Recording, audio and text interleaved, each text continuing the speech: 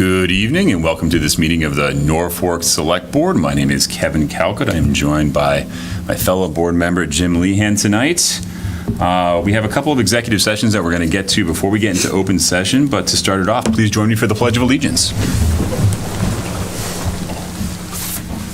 I pledge allegiance to the flag of the United States of America and to the republic for which it stands, one nation, under God, indivisible, with liberty and justice for all. Thank you very much.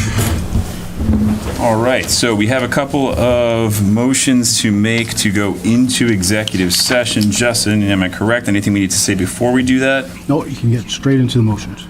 All right, so I start by saying that the purpose of this executive session is under MGL Chapter 30A, Section 21A, 1 and 3, to conduct Step 3, a grievance hearing with the Norfolk Highway Department Employees Association, International Federation of Professional and Technical Engineers, Local 301N, and to discuss litigation strategy related to the same.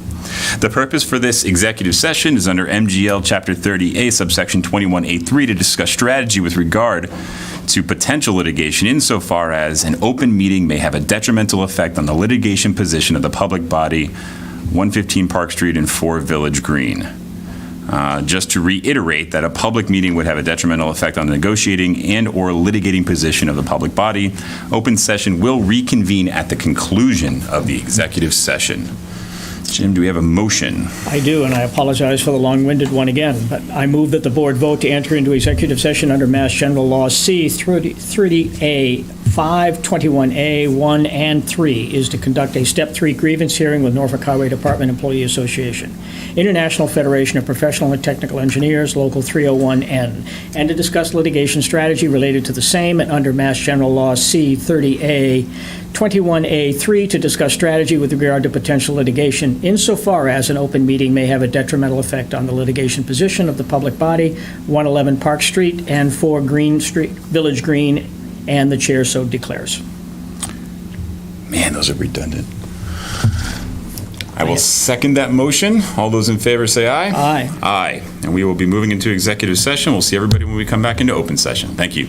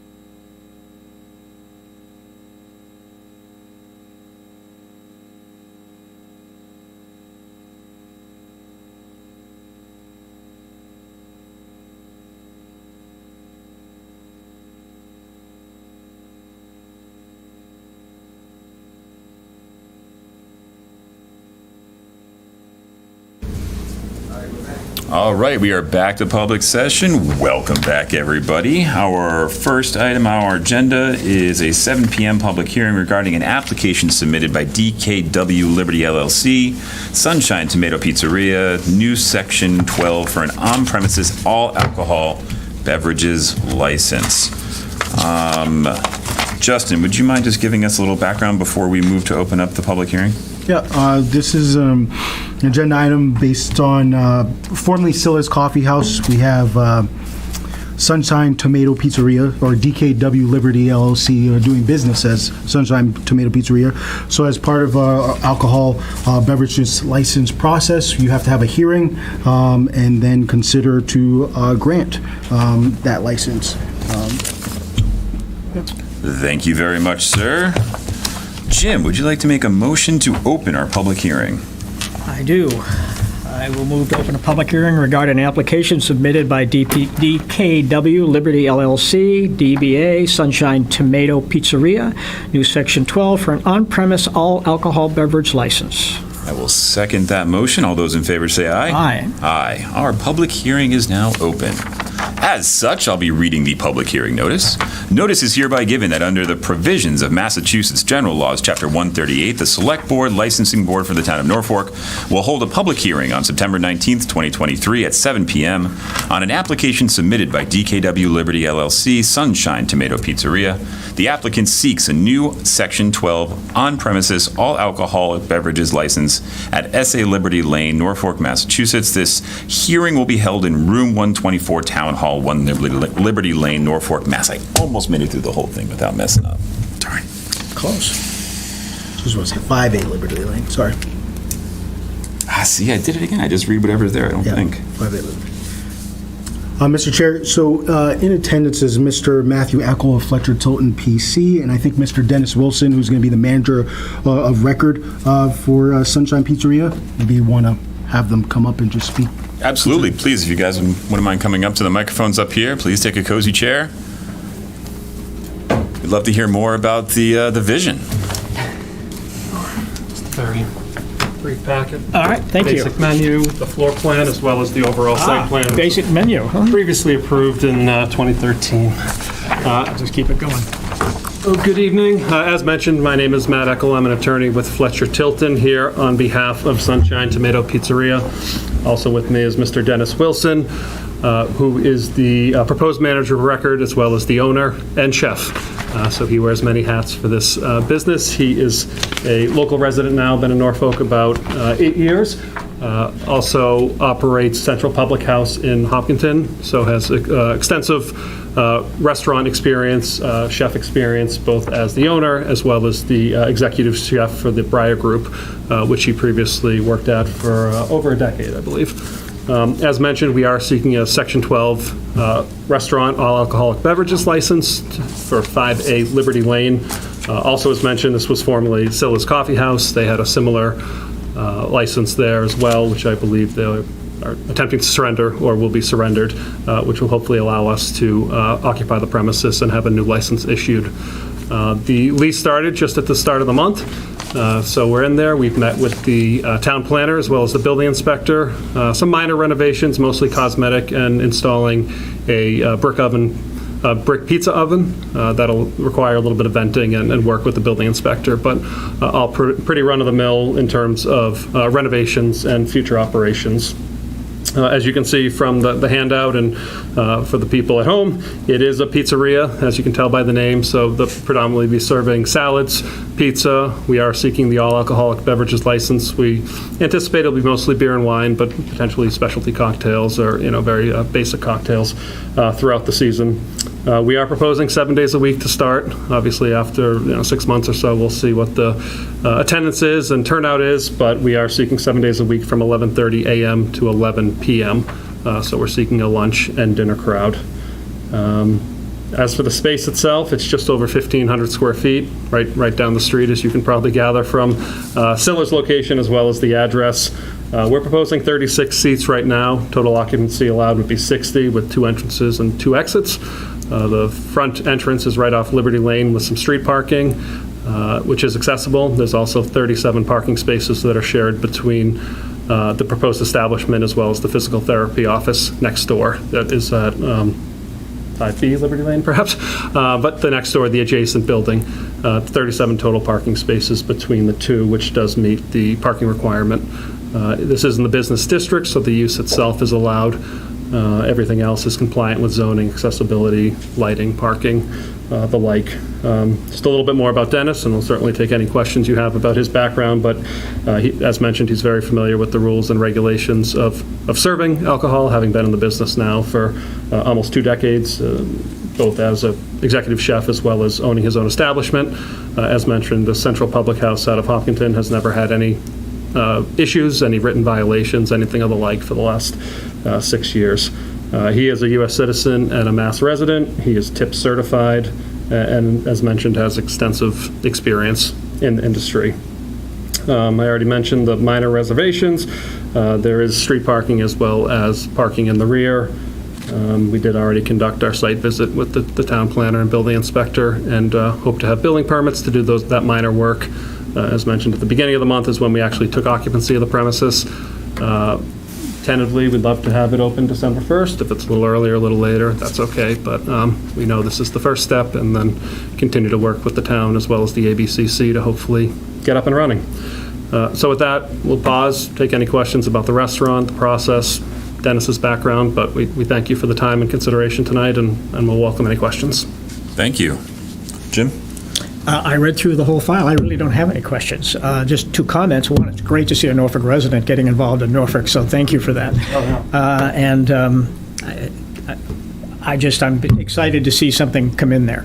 So I hope this all works out. But I read through the whole file. Everything looked fine to me, so I hope it works well for you. I should mention just... We need downtown businesses. Be great. Yes. I should mention, just for the record, I believe it'll be on a separate voting actionable item, but we are seeking, obviously, the CV, the common victual license, as well as entertainment licenses for both Monday through Saturday, and then a separate one for Sunday. We anticipate background music once in a while, acoustic, nothing out of the ordinary, but I just wanted to mention for the record that we are seeking that as well tonight. It is another agenda item, yeah.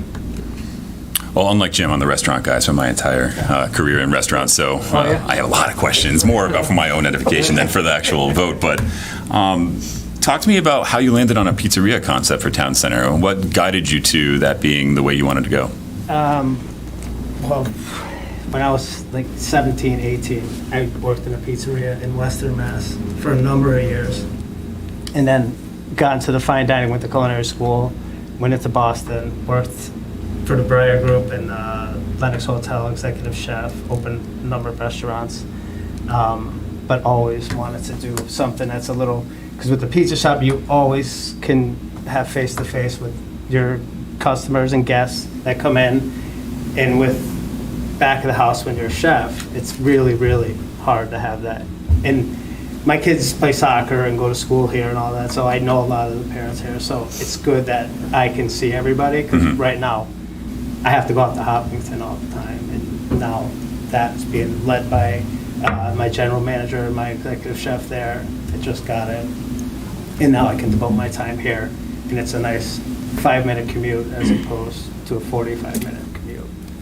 Very nice. Really felt like the town could use something like this, kind of like a gathering kind of spot for, everything that goes on at the library, and then all the farmers markets and everything else that goes on down there, so pretty excited for it. I mean, being a member of the community, you know what Silla's was able to build there in terms of that sense of community and that gathering spot. So being able to keep that going is amazing, and we can't tell you how much we appreciate you doing that. As you talk about the intended use of the site, Silla's was a breakfast place, it was a lunch place, and there was some, evening events that were tried there every now and again. But looking at your proposed operating hours, you're really looking to bolster that presence as an evening spot for dinner. Talk to me a little bit about your vision for how that's going to work. I mean, do you imagine cutting off food and being beverage only at a certain point during the night or anything like that? No. We'll do, when it's closed, it's closed. Both be closed at the same time. People, if they're eating their dinner or, pizza or salad or whatever, and then they're done with their dinner, there won't be people coming in just to drink. We're not going to just have that. It's like food and beverage. So it's not a bar, it's not anything like that. Great. And as you're well aware, during COVID, there was a lot of accommodations that were made by the state in terms of allowing people to do certain things that they weren't allowed to do before, and some of which have been perpetuated longer past the end of the pandemic. One of the big ones has been outdoor dining. Obviously not going to be a thing on December 1st, but looking forward into the spring, you do have some of that sidewalk space there and the potential for more expansion. Is that something that you envision moving forward as well? It's not on the cards right now. I mean, if something comes up later on in the spring, but I can't regulate what goes on outside with alcoholic beverages. Correct. So I can't just let people outside with, if somebody has a slice of pizza, they sit on one of the bench, that's them doing it, but no alcohol. Can't let alcohol go outside. Perfect. I do have other questions, but none of them are even remotely pertinent to this vote, so I'm not going to bog you down and everybody else. But I do think that everybody in this community is generally interested in very much looking forward to what you're going to be bringing to this site. So a couple of my questions are more geared towards giving some more background, and we appreciate you taking the time to do that. Thank you. You're welcome. Thank you. Anything else from you, Justin? No, the board has on their agenda the action items to approve if they decide to, the license, the common victual entertainment. They'll come after this next portion of the agenda. Great. Very good. Seeing that there is nobody who has joined us via Zoom, is there anybody in our vast audience that has any questions or comments for our public hearing this evening? I am seeing none. Are you sure? Okay, got it. In that case, Jim, I think we'll take a motion to close our public hearing. I move to close the public hearing. I will second that. All those in favor say aye. Aye. Aye. Now that we have closed our public hearing, I believe we will be getting back into the rest of our agenda. And we'll get back to this with a vote when we get to our action items. Thank you very much Thank you for so your much again, consideration. gentlemen. Really look forward to working with you more. Good luck, by the way. Thank you. Be great to see you open. Right down the street. Oh, we'll be there. Oh, yes. Anytime I see a margarita pizza, I'll be there. I'll be in there. So we'll finally get to public comment tonight for the first time after our two executive sessions and our public hearing. So at this point, we'll open it up for any public comment. Looking to the two people in the audience. No public comment tonight. All right, we'll be moving on to our first action item, which is to vote to approve one local action unit on Hill Street. Justin, what do we have for this one? We have Miss Susan Jacobson, who's the town's Affordable Housing Trust Director. This is to accept a one local action unit on Hill Street. I'll just have her quickly apprise the board of that. Sure, so this is for the development on Hill Street, it's 9 townhomes. Susan? Yeah. Sorry. Thank you.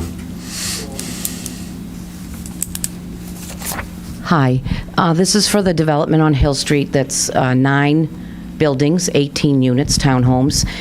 This is under our former zoning inclusionary bylaw. They're required to provide one affordable unit.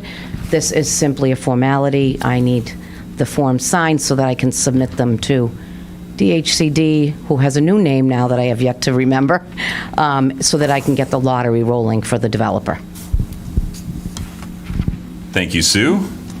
Jim, any questions? No, other than thank you, Sue. Thank you. No questions from my end. Just anything else from you? No. In that case, I will take a motion to approve the one local action unit on Hill Street. I move to approve the one local action unit on Hill Street. I second that motion. Any further discussion? Hearing none. All those in favor say aye. Aye. Aye. Thank you. Mr. Chair, one quick question. For the board's purpose, do you want to authorize the chair to approve these local action units moving forward?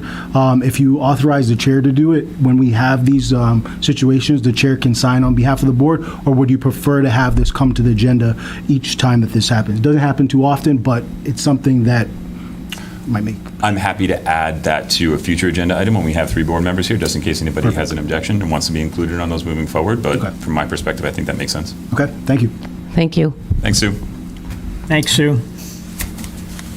Our next item this evening is to vote to approve the acceptance of the open space for Saddle Ridge Estates. Justin. Yes, in the board's packet, you have a memo from Rich McCarthy, who's the town's planner. This is sort of a cleanup action. The board had previously accepted the Saddle Ridge, but we didn't do it properly. So it was, the intent was for 10 Sour Ridge to be acquired via the open space parcel. We appreciate 10 Sour Ridge signing the deed to convey the open space to the town. So this would allow the town to accept the open space deed properly, and it's outlined in that memo, as well as the deed, so we're looking for the board to approve the acceptance of that open space. When you say that it was incorrectly done, it was incorrectly done So it was back in 2005, right? correct, yes. Okay. The four Making sure lots. I didn't do something wrong. I apologize, yep. I'll read verbatim here, but the four lots were released in September of 2012. On November 2nd, 2015, when Lot 4 was purchased by 10 Sour Ridge LLC, the open space parcel was included on the same deed, and it should have been conveyed at that moment to the Got it. town. But yes. Okay, that was the only question I had, Jim. No, I have no questions. In that case, I will take a motion to approve the acceptance of the open space for Saddlebridge Estates. So moved. I will second that motion. Any further discussion? Hearing none. All those in favor say aye. Aye. All right, our next item tonight is to vote to approve the acceptance of the surrender of the on-premises all-alcoholic beverage licenses by Mary Ellen Blue from Silla's Coffee House, previously located at 5A Liberty Lane, Norfolk, Mass. As part of ABC regulations, there can only be one alcohol license given to a premise. So as part of this process to allow our Sunset Pizzeria to get alcohol license, the previous owner has to surrender their license. In the board's packet is an email from Mary Ellen Blue surrendering the alcohol beverage license. So we just need the board to vote to accept that surrender. Just to remind me, do we have a cap on how many on-premises licenses we can have in the town at any given time? Yes. So I have that information here. So all alcohol beverages, 14, and so far we have 4 issued. Wine and malt. A little bit. Wine and malt, we have 5, and 1 is issued. So those are for on-premise. And for off-premise alcohol beverages, we've 3, and wine and malt is 5, and 2 are issued. Thank you. You're welcome. Jim, any questions? No. I will move to, do you have any questions? Nope. No. I move to accept the surrender of the on-premise all-alcohol beverage license by Mary Ellen Blue. We'll second that motion. Any further discussion? Hearing none. All those in favor say aye. Aye. Aye. Our next item tonight is to approve an on-premises all-alcoholic beverage license for DKW Liberty LLC Sunshine Tomato Pizzeria. Anything else we need to know before we go through what we just went through in the public hearing? Well, I think one thing that there's been conversation with Judith and their team over there. One thing that was mentioned earlier, I think it was a clarification. They're asking if the license was issued in December of this year, if they would be required to pay for the renewal in 2024. So yes, in 2024 you would pay for renewal. I don't know if the board wants to consider a subsidized rate or something like that, but yeah. Obviously a very minor issue. I believe we just got issued potential fees for each of the licenses if and when they were granted. I know some municipalities would prorate, not 2024, that would be a full year. Right. But if we had it for 1 month at the end of 2023, I believe the fee is $19.50 total or something. So I think we're just trying to clarify if there's a prorated amount for that last month of 2023. Again, a very minor issue in our eyes, just something when we prepare to hopefully get the license, what would be required at that time. Again, I'm not sure exactly how Norfolk typically handles that. I know some municipalities just break that down by 12, and you have it for 1 month out of 12, that's what the license fee is. So didn't mean to cause any confusion. I think we're just trying to get you did No not. confusion, You did it's just not. to clarify. And I just have one question. That's a very reasonable request. It just, is there anything in the rules of the state that would prevent us from prorating? There's nothing within the rules to prevent us from prorating it. I think that is a very reasonable request. I can't imagine a world where we wouldn't consider that to be reasonable. Me either. But I would like to, again, wait for our third member to be on board just so that she'd be able to weigh in so we could vote on it at a future meeting on another agenda. Yeah, if the board wants to do that, then are you saying just wait to approve the all alcohol license? We could approve the license. It just cites the license fees as a general, it doesn't cite the value, right? Couldn't we decide on that after the fact, or do you have to wait to vote on this until I we think- decide on what the I allocation think it's is? tied together. Yeah, it's tied together. Okay. Yeah. In that case, I think that it seems reasonable. I enough for us understand to where you're approve. going, but I think, 2 votes wins anyway. Yep, So okay. We're on the same page then. Very good. I just think we want to encourage this, not discourage it. And it's a small thing, but it's important. Thank you for your consideration. If the board's going to do that, I would, depending on what motion the board decides, I would include that language, subsidizing based on the months that the license is issued. So if it's issued in October, it's 3 months, or November, et cetera. Yeah. Will you accept a motion, Mr. Chair? Give me one moment, please. Okay. Yes, I would very much appreciate a motion. I move that the board vote to approve a new Section 12 on-premise all alcohol beverage license for DKW Liberty LLC, the Sunshine Tomato Pizzeria at 5A Liberty Lane, to 11 p.m. Monday through Sunday. The approval of this license is conditioned on the receipt of all licensing fees associated with the insurance of an all-alcohol beverage license, relevant departmental certification, sign-offs, and the receipt of certificate of liability insurance, and that the fees for the calendar year 2023 be prorated to the time of the license. Second that motion. Any further discussion? Hearing none. All those in favor say aye. Aye. Aye. It is unanimous. The next portion of this agenda is the continuation of this request is a common victualler license that they're requesting. It's for the same time period and so forth, so everything is the same. I have no additional questions, Jim, so I'll take a Neither motion do I, if sir. you are good. I move to approve the common vicular license for DKW Liberty Lane with the same considerations as the prior vote. I will second that motion. Any further discussion? Hearing none. All those in favor say aye. Aye. Aye. And entertainment. And this is the final request associated. They're asking for actually 2 entertainment licenses. We have 2. We have jukebox, and then there's the live music component. Same period of time as well. 11:30, 11 p.m. when I mean that, and Monday through Sunday. No questions from mine, Jim? No. No. I mean, the only thing you're going to keep awake is Walgreens. In that case, we'll take a I will motion. move to approve an entertainment license for DKW Liberty LLC, Sunshine Tomato Pizzeria. Again, with the same considerations for time of operation and licensing fees. Second that motion. Any further discussion? Hearing none. All those in favor say aye. Aye. Aye.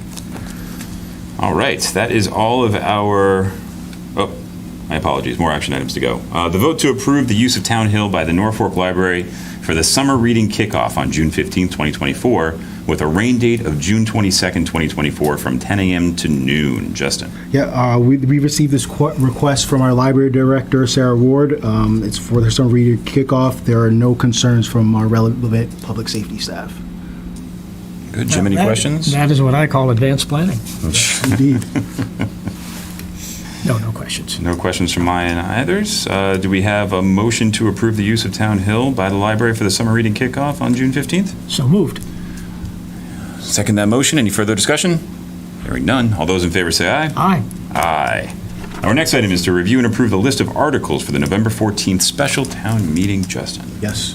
So in the board's packet, I believe you have the warrant list as well as the language. We're ahead of schedule. I do want to thank you. Have a good night, guys. Thank you so much. Yep, thank you. Good luck.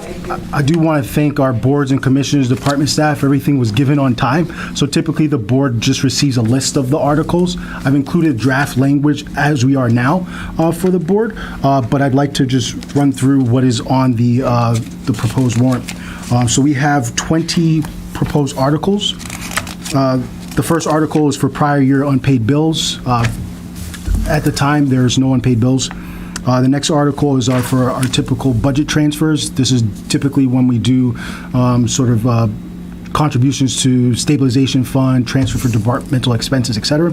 One aspect of this budget transfer will be a transfer of funds, depending on what the board considers in future meetings of opioid settlement funds.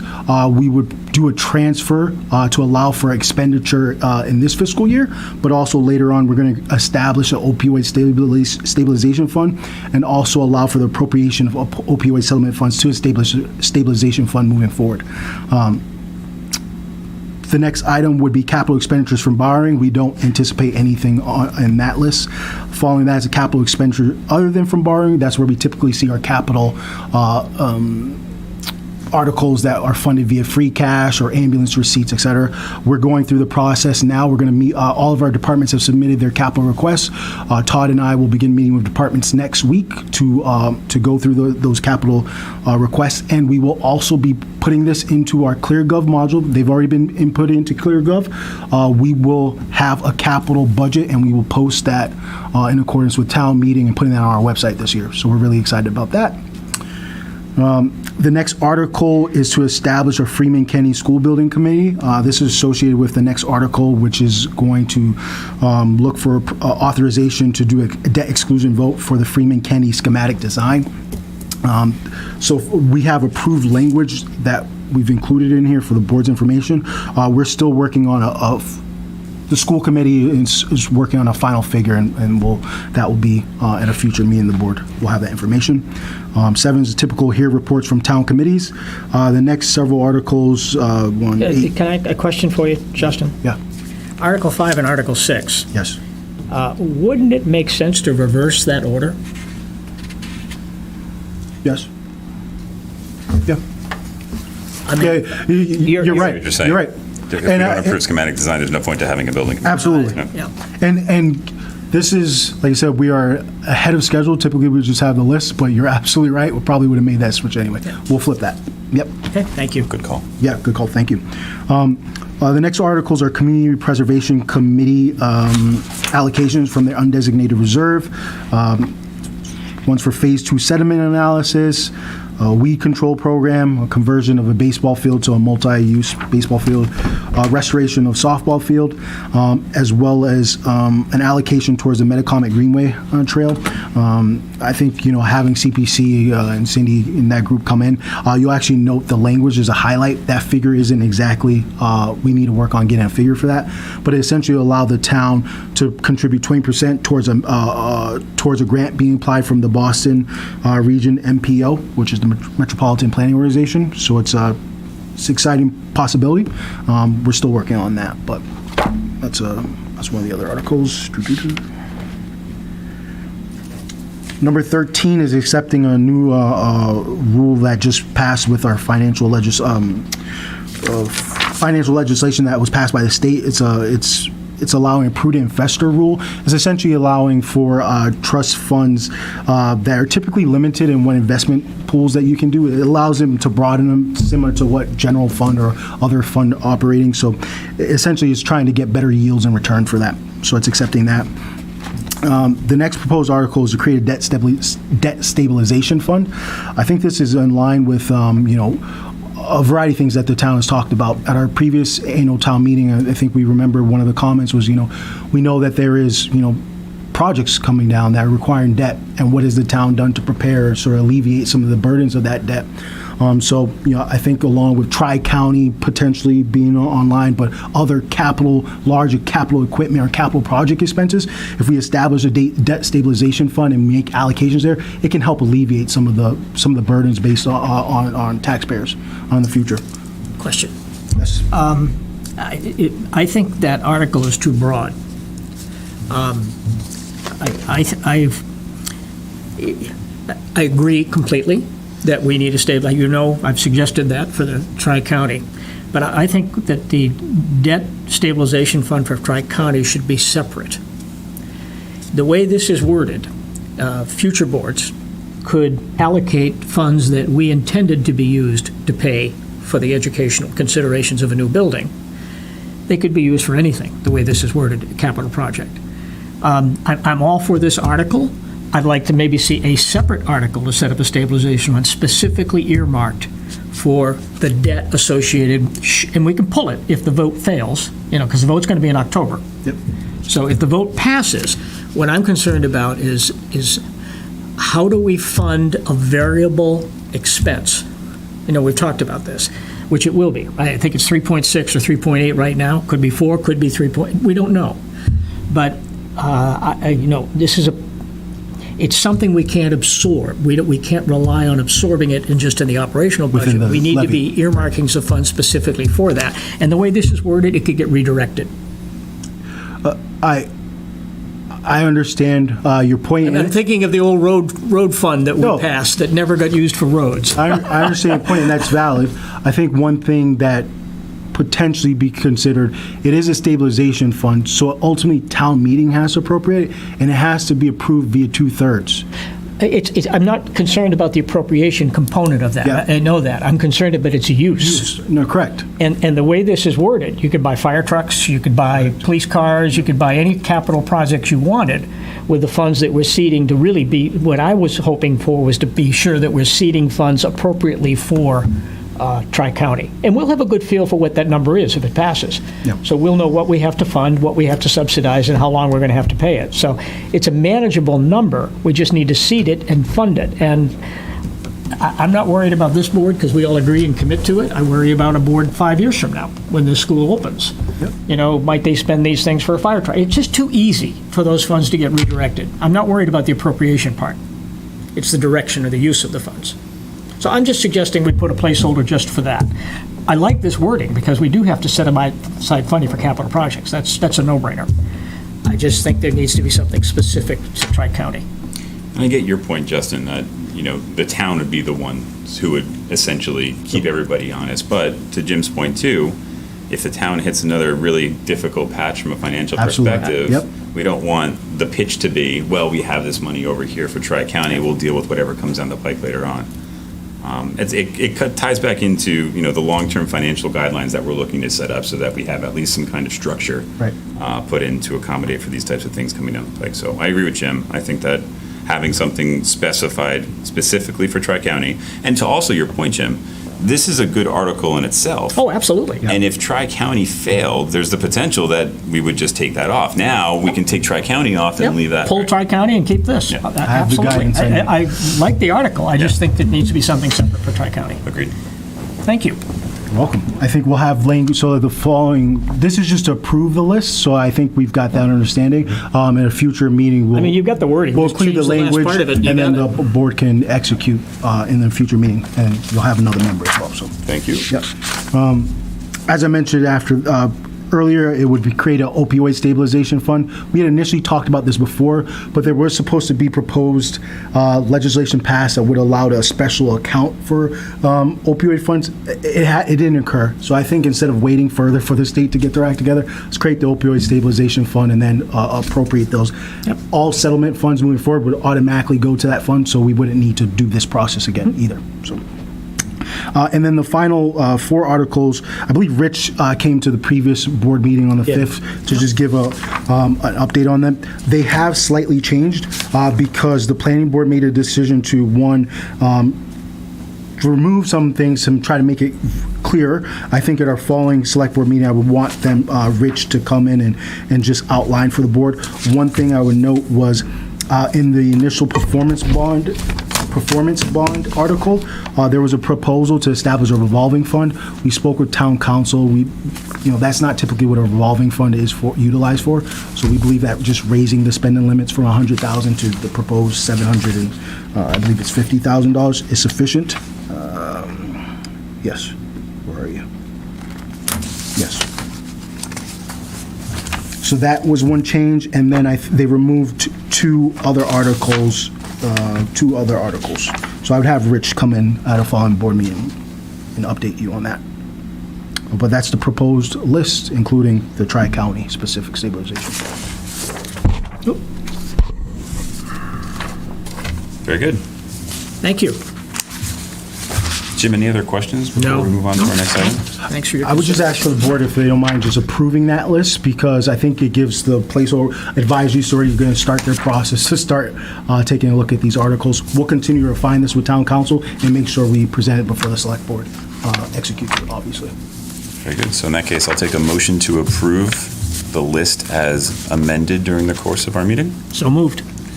second that motion. All those in favor, say aye. Aye. Aye. Thank you. Thank you. Moving on to our discussion items this evening. Kevin, you've been so patient. We really do appreciate it. Would you like to come share a fire station building update? Sure. Or we can just open the window and look. Your call. Well, we got to go that way. Window.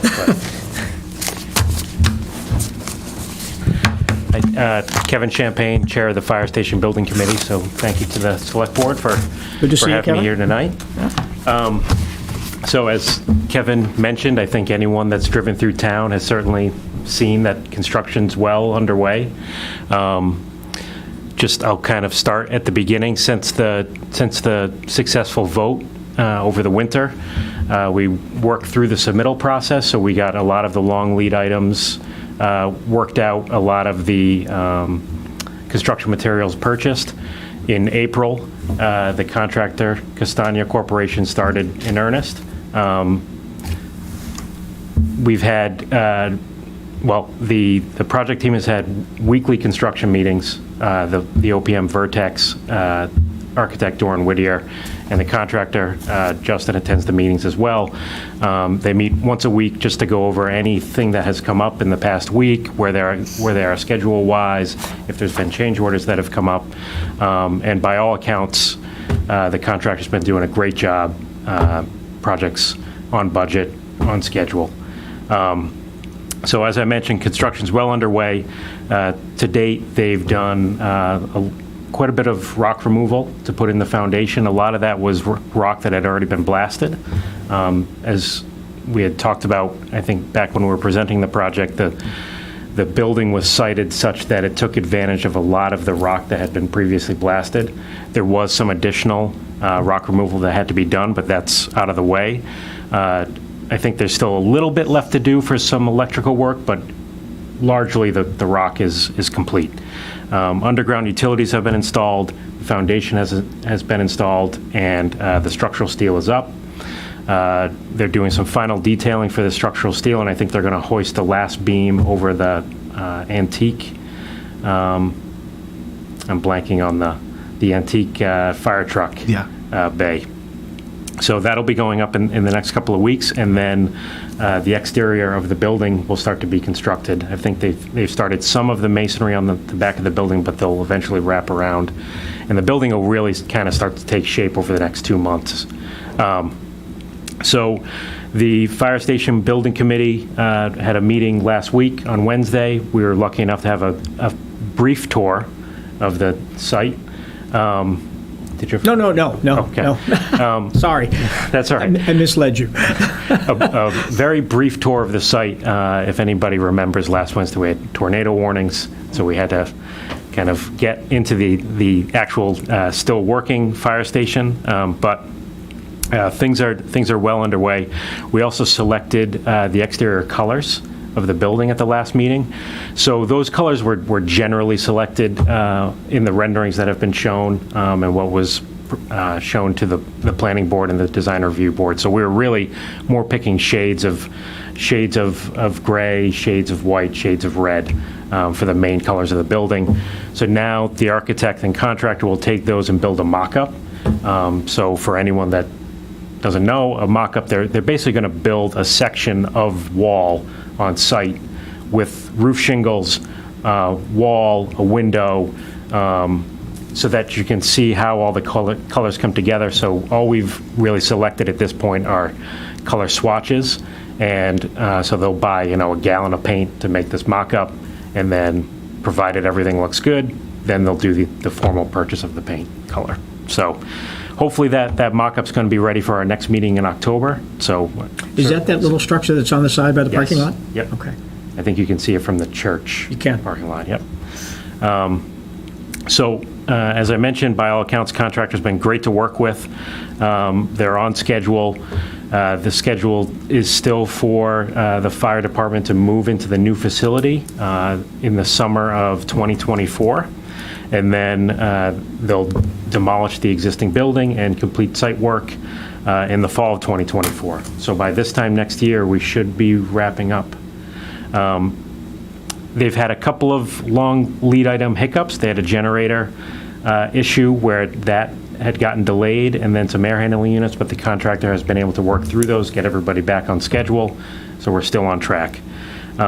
We have had some change orders that have come up on the way, very low for this stage in the process. I think we've got about $40,000 in change orders that are approved, and another $30,000 to $40,000 that are pending, but those require vetting by the OPM and the architect before they even make it to the fire station building committee. So it's possible those amounts get adjusted. But to put it in perspective, $80,000 is only 8% of the $1 million construction contingency, so we're still very well on track with that. And less than 0.5% of the overall construction cost. So that's really all good news, because typically with a new building like we have here, a lot of those unknowns would have been hit by now. It's a lot of underground work that are the unknowns. With a new building, you're kind of now dealing with things that are pretty well known. So I think we're going to be in really good shape, construction contingency-wise, and knock on wood, we'll have money left over when we're done. The town website has been getting periodically updated with photos and videos. Town residents, Andy Bakanowski, as well as Donna Jones and NCTV, have been really helpful in donating their time to get aerial photos, videos of the groundbreaking, photos of the construction as it's going on. So I made a post to the community Facebook page over the weekend, hopefully pointing to people to where they can see those photos if they so choose.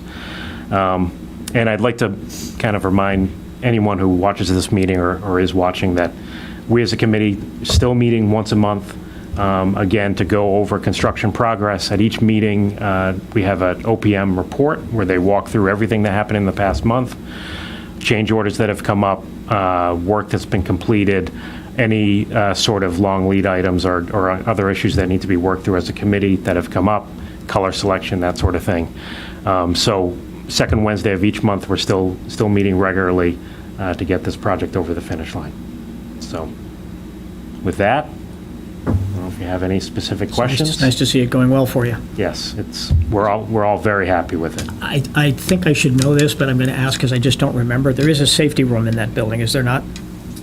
What do you mean a safety A room? place for a citizen to be, Like the training room? Is that what you mean? a safety room. I call it a Training room. safety room, but there's one there now where if someone were in urgent need of being Oh, protected, yes. if you will. Okay, yes. There's a safety door. That's where they're correct. Yeah, okay. I'm sorry, I thought you meant for like a natural disaster or something, but I'm using the wrong term, but No, that's okay, but yes. For somebody to seek help, there is there a is. safety room there. Perfect, yeah. I thought there was, I just didn't remember. I know there's one there now. Yep. Yeah. I do know that it likely causes a small piece of your soul to crumble away every time you see somebody post about what's being built over here. Does anybody know what's going on? So I do appreciate you taking the time to jump on there and give a full outline. And one of the questions I was going to ask you to talk about was just how you've continued down this road even after the vote. I mean, the committee is still meeting every month. You're still going through pertinent items. You're still providing updates to the community. So, I know we said it before, and I'll say it again, please pass along our deep appreciation to the committee for continuing down this path to ensure that everybody is kept in the loop and that everything is moving along as well as you just outlined. It's a great service to the community, and I think the transparency has been well received. So thank you so much. Yeah, thank you.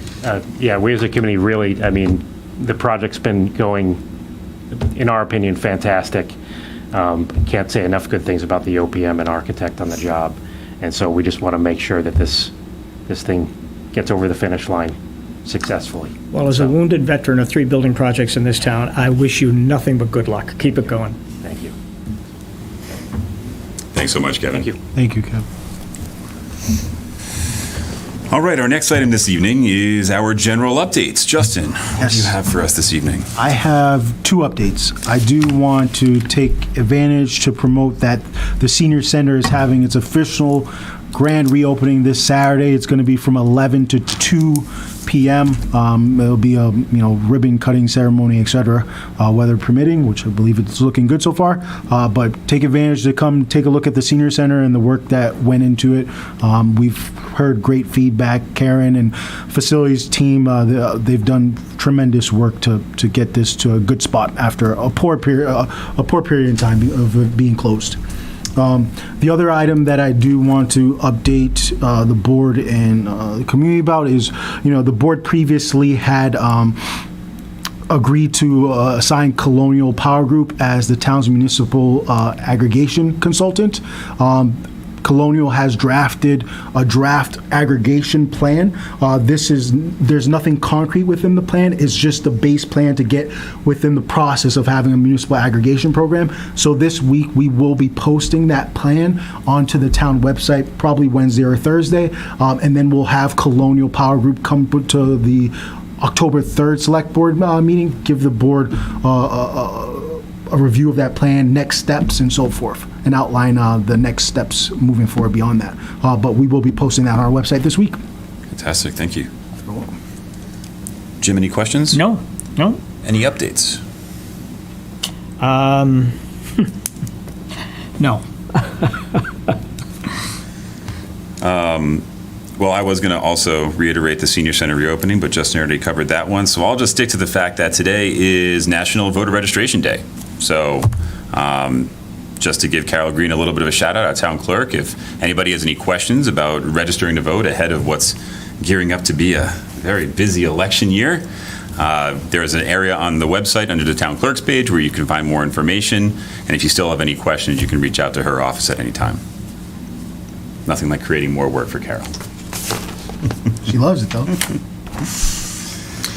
This isn't an update, but just a comment. Anything we can do, Justin, on the webpage or your neighborhood more so than mine, but anything we can do to get people to understand that we have two very important dates coming up here.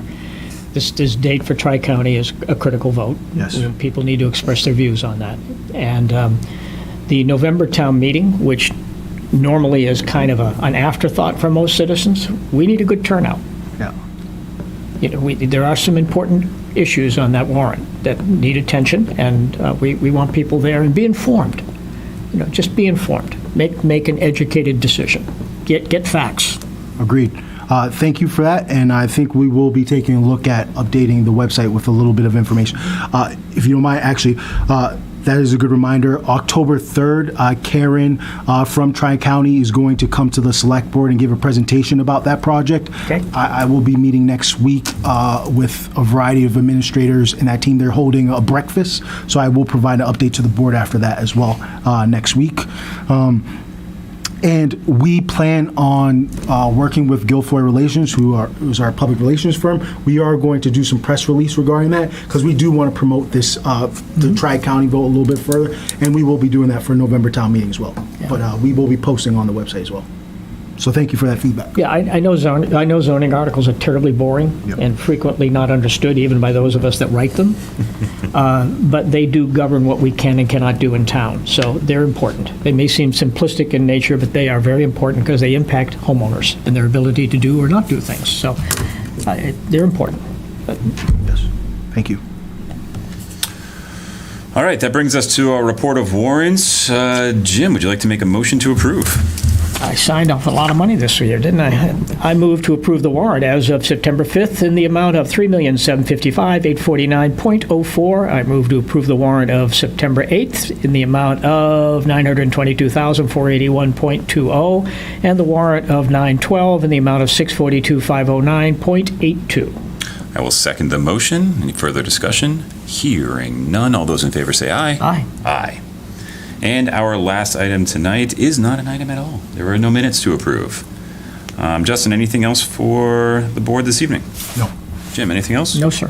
In that case, we will take a motion to adjourn. So moved. All those in favor say aye. Aye. Second the motion. All those in favor say aye. Aye. Still aye. Here we go. Thank you so much. Have a wonderful evening. Thank you, Andrew.